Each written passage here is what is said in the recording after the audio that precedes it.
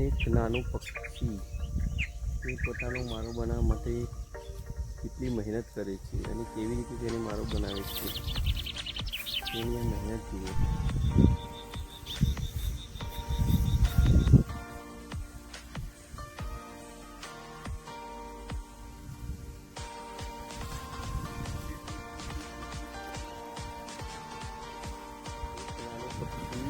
પોતાને રહેવા માટે પોતાના બગીચા માટે સરસ મજાનો માળો બનાવે છે અને એવી જગ્યાએ બનાવે છે કે જેને સેફટી પણ મળી રહે.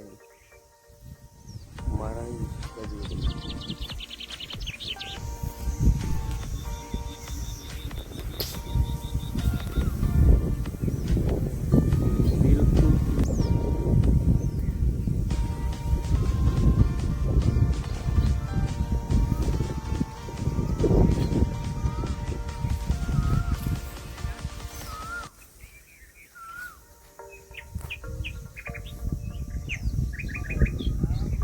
લીમડાની ડાળીએ જસ માળો બનાવે છે.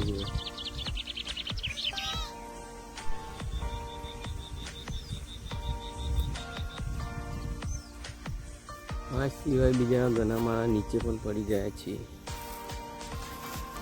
કેટલી મહેનત કરી છે અને તેને બનાવવામાં પણ કેટલો એમનો પ્રયત્ન છે.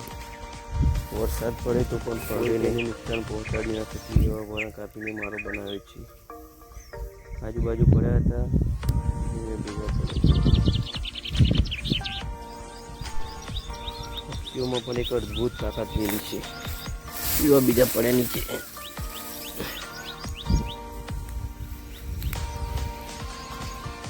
વેદુ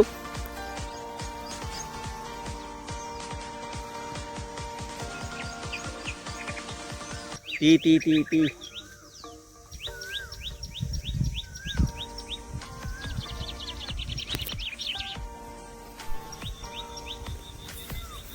થોડી વાર પહેલા બાજરી વાળી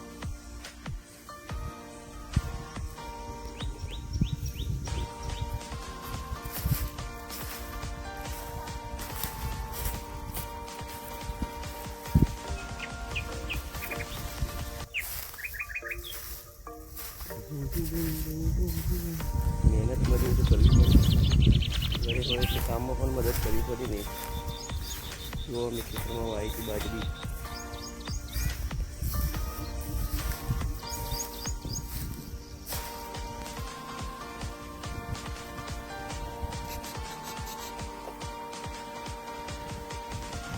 જો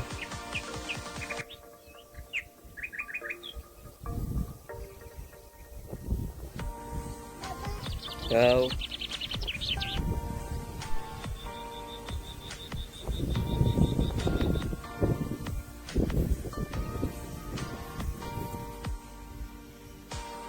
ઓમ કરો.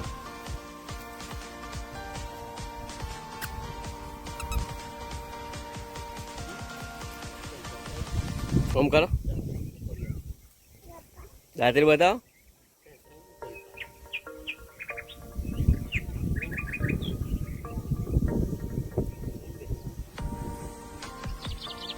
એટલા માટે ઘરે લાવ્યા એ ચકલીઓ એકવાર એનો ઉપયોગ કર્યા પછી ફરીથી ઉપયોગમાં લેતી નથી.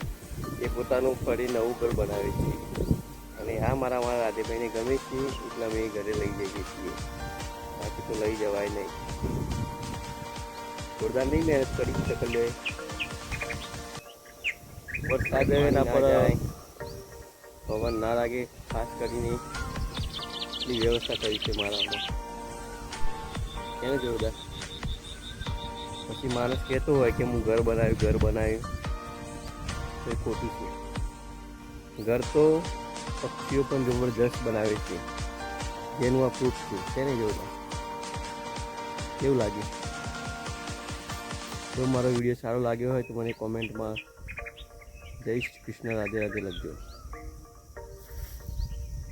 ચાલો હવે આને ઘરે લઈ જઈએ. અમારા રાધે ખુશ થઈ જશે. ભાઈ આ મારા તો જ્યાં શોભે ત્યાં શોભે. ઘરે ગમે એટલું સુશોભન કરો પણ ઘરે સારા ના લાગે.